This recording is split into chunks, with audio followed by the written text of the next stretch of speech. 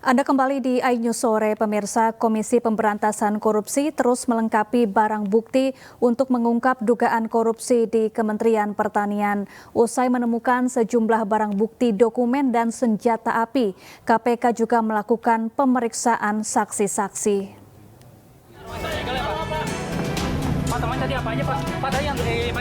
Diinformasikan sebelumnya, KPK melakukan penggeledahan di rumah dinas Menteri Pertanian Syahrul Yassin Limpo dan kantor Kementerian Pertanian untuk mengungkap dugaan korupsi di tubuh Kementerian Pertanian. KPK juga telah mengamankan sejumlah barang bukti berupa dokumen, bukti elektronik, 12 senjata api yang telah diserahkan ke Direktorat Intelkam, dan uang tunai puluhan miliar dalam rupiah dan mata uang asing. KPK juga tengah menyelidiki adanya dugaan perintangan dalam proses pengumpulan barang bukti ini.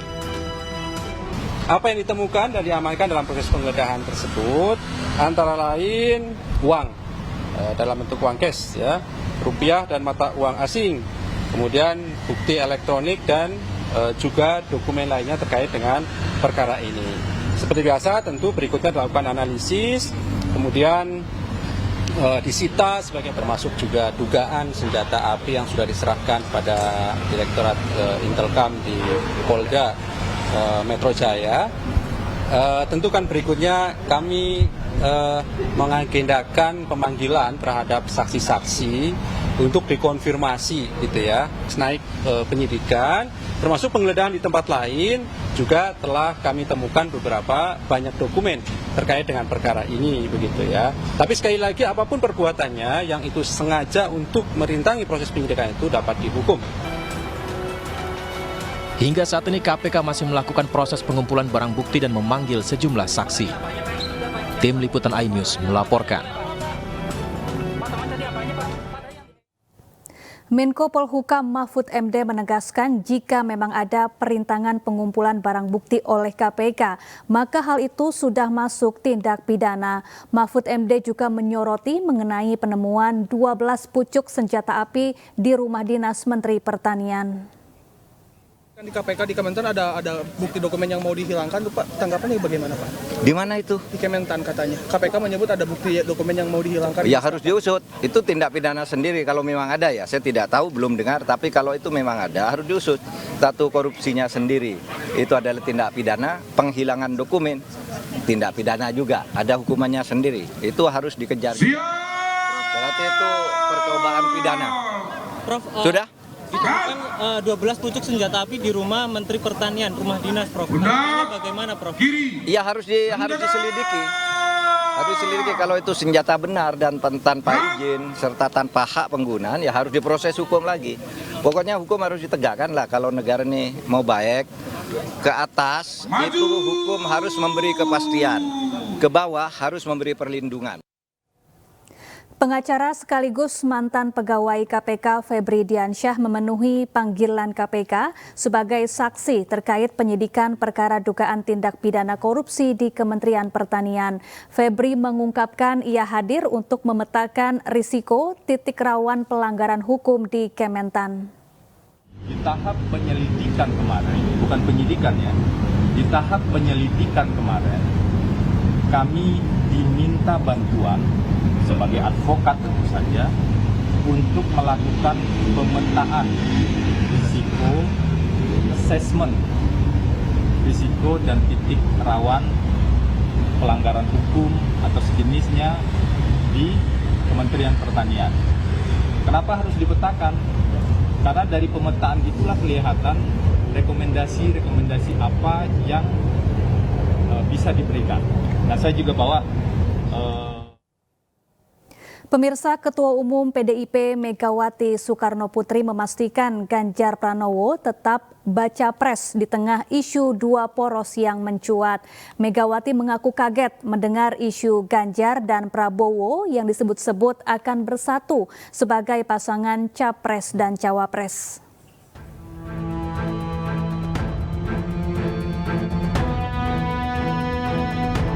Ketua Umum PDI Perjuangan Megawati Soekarnoputri menutup peluang duet Ganjar Pranowo dengan Prabowo Subianto di Pilpres 2024. Hal ini disampaikan Megawati dalam penutupan Rakernas PDIP di Jakarta Minggu siang.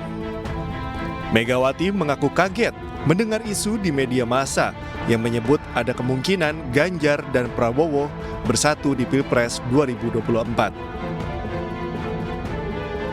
Loh, saya sendiri sampai bingung, kan di media tiba-tiba dibilang gini, oh iya sudah ada persetujuan bahwa nanti Pak Prabowo jadi presidennya, Pak Ganjar jadi wakil presidennya. Aku terus di rumah melongo, ini yang ngomong ki sopo ya. Lah aku kok ketua umumnya malah nggak ngerti. Coba, terus gak usah disengerin. Loh kok enak banget gitu loh, gatok-gatokan. Nah, kamu mau nggak? Bukan. Kalau ada cewek cakep, ada laki ganteng, tapi nggak sama-sama tune in, terus mau, digadok-gadokkan gitu. Ayo, padahal yang perempuan udah punya pacar, yang laki udah punya pacar. Ayo, mau kok nggak? Tapi nggak semua ngomong, berarti ada yang mau. Ayah kata buah saya. Sementara itu, kejutan yang ditunggu-tunggu terkait pengumuman bakal cawapres Ganjar ternyata tidak terjadi di Rakernas PDIP kemarin. Adapun Bacapres Ganjar Pranowo tidak hadir dalam penutupan Rakernas karena tengah menemui sosok spesial di Surabaya, Jawa Timur. Ya tadi malam ke Surabaya. Ya, tentang bertemu siapa, bertemu rakyat, dan bertemu dengan orang-orang yang khusus dan spesial. Ya. Sebelumnya, Sekjen PDIP Hasto Kristianto menyebut sosok pendamping Ganjar telah terpilih dan kini berada di tangan Megawati Soekarno Putri. Bahkan Hasto menyebut sosok itu bisa saja merupakan seorang perempuan. Publik pun diminta sabar menanti pengumuman Bacawapres Ganjar di momen yang tepat.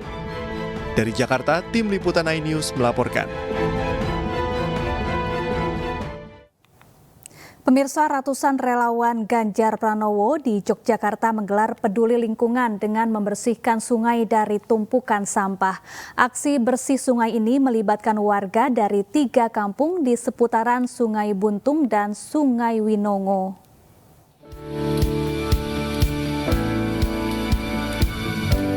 Kegiatan aksi relawan Ganjar Peduli Lingkungan digelar di Sungai Buntung dan Sungai Winongo, Kecamatan Jetis, Yogyakarta, sejak pagi hingga siang hari.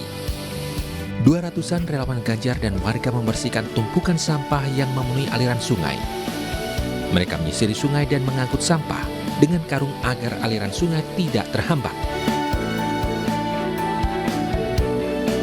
Karena dalam dari program pemerintah harus bersih dari sampah, terutama sampah yang di Sungai Buntung itu paling parah sendiri. Karena kami sudah mengusulkan dari atas sampai Dewan juga belum ada realisasi, dan kemarin juga diadakan kerja bakti, tapi begitu kerja bakti selesai sampah menumpuk lagi. Diharapkan dengan aksi ini sungai-sungai akan bersih dari sampah, aman dari penyebaran penyakit serta mengantisipasi banjir. Acara kegiatan pagi hari ini adalah kelurahan. Kelurahan itu terdiri dari 3 kampung, yaitu Kampung Badran, Kampung Bumijo, dan Kampung Pingit. Titik untuk kegiatan pagi hari ini adalah di Kampung Pingit, yaitu di Kali Buntung. Relawan dan warga akan menebar bibit ikan ke sungai jika telah bersih dari sampah. Dari Yogyakarta, Heru Trijoko, iNews melaporkan. Kagum dan mempunyai sanad keilmuan yang sama, cucu Kiai Haji Maimun Zubair, Kiai Haji Muhammad Idrol MZ, berkunjung dan berziarah ke makam pendiri Nahdlatul Watan Tuan Guru Kiai Haji Muhammad Zainuddin Abdul Majad di Pancor, Lombok Timur. Kehadiran cucu Al-Maghfurloh Kiai Haji Maimun Zubair ini juga untuk menyambung tali silaturahmi dengan keluarga cucu pendiri Nahdlatul Watan Tuan Guru Bajang Muhammad Zainul Majdi.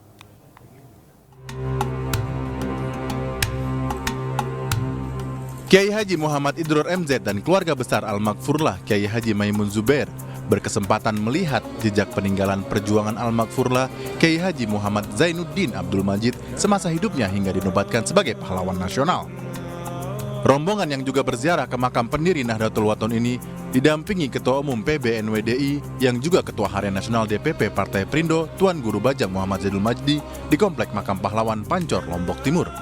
Jadi kehadiran beliau adalah berkah bagi kami semua, dan ini tradisi yang baik ya, yaitu saling mengunjungi, berziarah untuk mendekatkan hati dan bersilaturahmi. Jadi sudah sejak lama sebenarnya sudah ingin ziarah ke beliau, ke Masyaikh Lombok, karena nggak mungkin biasa warga Lombok bisa punya wakafan untuk santri di sana, kecuali pasti mempunyai akar rumput yang luar biasa.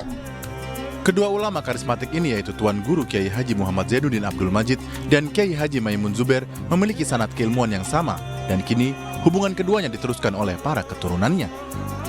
Dari Lombok Timur NTB, Ramli Nurawang, iNews melaporkan.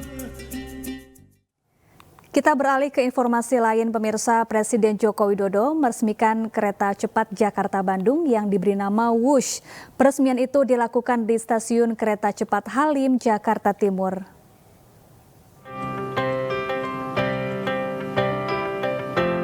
Presiden Joko Widodo meresmikan kereta cepat Jakarta-Bandung yang diberi nama Wush di stasiun Halim, Jakarta. Nama Wush diambil dari suara kereta yang berjalan cepat dan singkatan dari waktu hemat operasi optimal sistem hebat. Kereta cepat Jakarta-Bandung Wush adalah salah satu bentuk kemajuan transportasi publik di Indonesia. Bahkan Presiden Jokowi menyatakan Wush merupakan kereta tercepat se-Asia Tenggara dengan jarak tempuh 45 menit dan kecepatan mencapai 350 km per jam. Kereta cepat Jakarta-Bandung ini merupakan kereta cepat pertama di Indonesia dan juga pertama di Asia Tenggara dengan kecepatan 350 km per jam. Dan kereta cepat ini kita namakan WUSH, W-H-O-O-S-H, dibaca WUSH. Setelah meresmikan Wush, Presiden Jokowi dan jajaran kementerian langsung mencoba kereta cepat Jakarta-Bandung untuk menuju stasiun Padalarang, Bandung. Dari Jakarta Ismalia, Bagus Prasetya Adi, iNews melaporkan. Pemirsa, perusahaan transportasi publik favorit warga Jabodetabek merayakan hari ulang tahun ke-78. Pada perayaan ulang tahun yang ke-78, PT KAI akan membuat inovasi baru, yaitu meregenerasi kereta.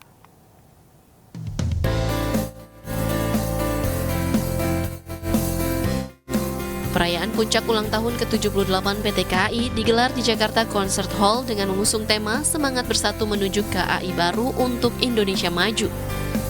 Tema ini diangkat untuk mempresentasikan persatuan dan semangat insan KAI dalam mencapai tujuan bersama untuk Indonesia Maju.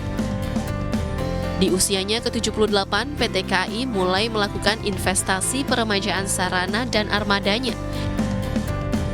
Selain itu, PT KAI melakukan investasi peremajaan sarana yang terbesar sepanjang sejarah KAI, dengan melakukan pengadaan sebanyak 613 kereta eksekutif dan ekonomi, 11 kereta luxury, 4 kereta panoramik, serta modernisasi kereta ekonomi menjadi kereta New Generation.